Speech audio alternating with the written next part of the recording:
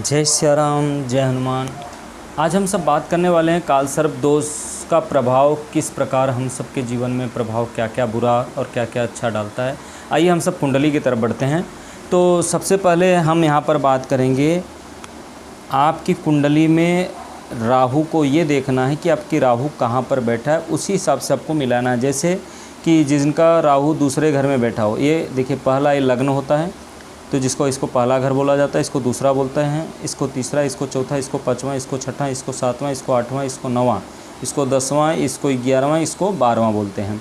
तो हमको अपनी कुंडली उठा करके वहाँ पर देखें कि राहु आपका कहाँ बैठा है, उसी हिसाब से आपको क्या क्या फल, माने जो फल बताया जा रहा है उससे आप इसका मिलान करें। तो जैसे हम आज बात करने वाले हैं, राहु अगर दूसरे घर पर बैठे हों और दूसरे घर पे राहु और 8वें घर पे केतु, तो इसका क्या बुरा प्रभाव पड़ता है। आइए हम इसके बारे में जानते हैं कि अगर राहु दूसरे घर में बैठा हो तो ऐसे व्यक्ति का आर्थिक स्थिति पर प्रतिकूल प्रभाव पड़ता है। ऐसा जातक अति कामुक होता है और अपनी काम वासना की पूर्ति में अपना धन सदा फिजूल खर्चा करता है, और जिसके परिणाम स्वरूप में जातक का शारीरिक बहुत कमज़ोर हो जाता है और काम शक्ति से वंचित भी हो जाता है। ऐसे योग के जातकों के द्वारा दूसरे के लिए कहीं अशुभ बातें भी पूरी हो जाती हैं। ये पहले जो हमने यहाँ पर राहु अगर यहाँ बैठा, केतु यहाँ के बारे में मैंने आपको बताया। अगर तीसरे घर पे राहु हो तो और 9वें घर पे केतु हो तो इसका क्या प्रभाव पड़ता है, हम उसके बारे में जानते हैं। तो अगर हमारा राहु तीसरे घर पर बैठा हो, 9वें घर पे केतु हो, तो ऐसे व्यक्ति का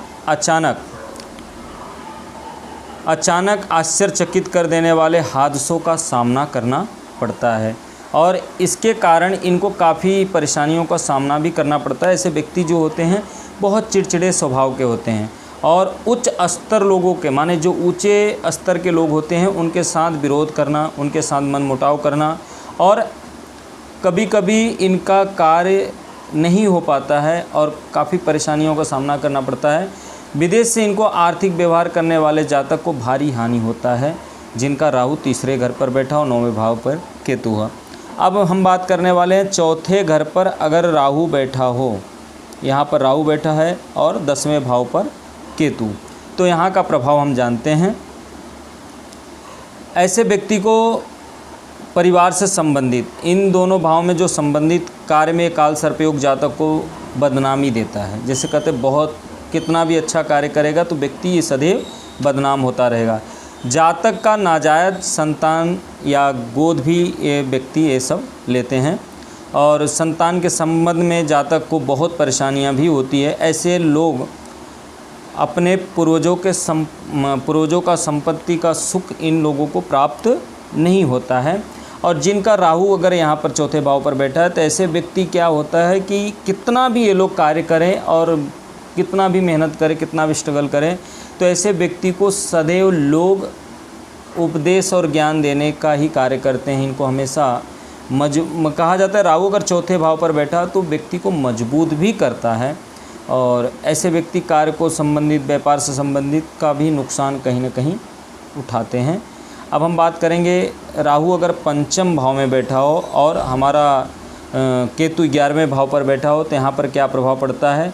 ऐसे व्यक्ति कभी कभी छल कपट भी कर लेते हैं और स्वार्थ में पूर्ण इनको निपुणता होती है। जब कार्य रहेगा, जब इनका स्वार्थ रहेगा तब तक आपसे व्यवहार रखेंगे, और जैसे ही अपना काम ख़त्म वैसे आपसे कोई मतलब नहीं है।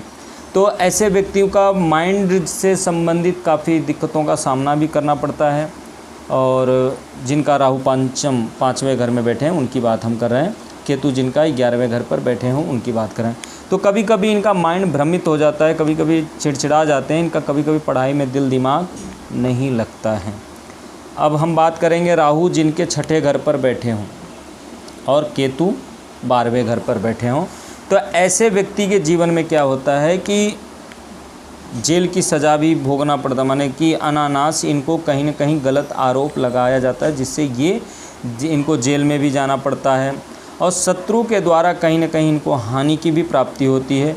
और ऐसे व्यक्ति कहीं ना कहीं स्वास्थ्य से संबंधित काफ़ी परेशान रहते हैं, कितना भी उपचार, कितना भी दवाई कर ले फिर भी ऐसे व्यक्ति जल्दी ठीक नहीं हो पाते हैं। और ऐसे व्यक्ति क्या होता है, अध्यात्म की तरफ जो है ज़्यादा से ज़्यादा ये लोग रुचि रखते हैं और अध्यात्म की तरफ काफ़ी अग्रसर भी रहते हैं, ये लोग बढ़ते भी हैं। तो और यहाँ पर अगर राहु बैठा तो व्यक्ति विदेश की भी यात्रा करता है। अब हम बात करेंगे, राहु अगर हमारे पहले घर पर हो और केतु 7वें घर पर हो, इसका फल हम जानते हैं कि ऐसे व्यक्ति के जीवन में क्या होता है कि कहीं ना कहीं कष्ट होना, शारीरिक तकलीफ बढ़ना, और ऐसे व्यक्ति भूत प्रेत आदि बाधाओं से भी कहीं ना कहीं परेशान रहते हैं। और ऐसे व्यक्ति कभी कभी बीमार भी रहते हैं और स्वास्थ्य से संबंधित काफ़ी तकलीफ़ें हो जाती, कहते हैं मरते मरते व्यक्ति बच जाता है, ऐसी स्थिति यहाँ पर बनती है। तो राहु केंद्र में केतु 7वें भाव पर हो तो यहाँ पर पत्नी से संबंधित कुछ रिलेशनशिप में भी थोड़ा सा दिक्कत बनाता है। तो कारण क्या होता है, जब राहु केंद्र में बैठा हो तो यहाँ पर किन पाप ग्रहों का अगर दृष्टि पड़ता है तो यहाँ पर कहीं ना कहीं बाहर से संबंध भी व्यक्ति का बना देता है। मैंने आपको संक्षेप में इन सारे ग्रहों के बारे में आपको मैंने बताया, और आप अपनी कुंडली पे जा कर के इस कुंडली से मिलान करें कि आपका राहु कहाँ पर बैठा है, केतु कहाँ पर बैठा है, इसका फल क्या मिलेगा, मैंने आपको बताया। और ऐसे व्यक्ति को क्या करना चाहिए, शिव जी की आराधना करनी चाहिए, जो कि मेरा आगे वाले जो हम दूसरा वीडियो बनाएंगे उसमें इन सारे काल सर्प दोष के बारे में हम उपाय आपको बताएंगे। अपनी वाणी को हम विराम देते हैं। जय श्री राम, शुभ रात्रि।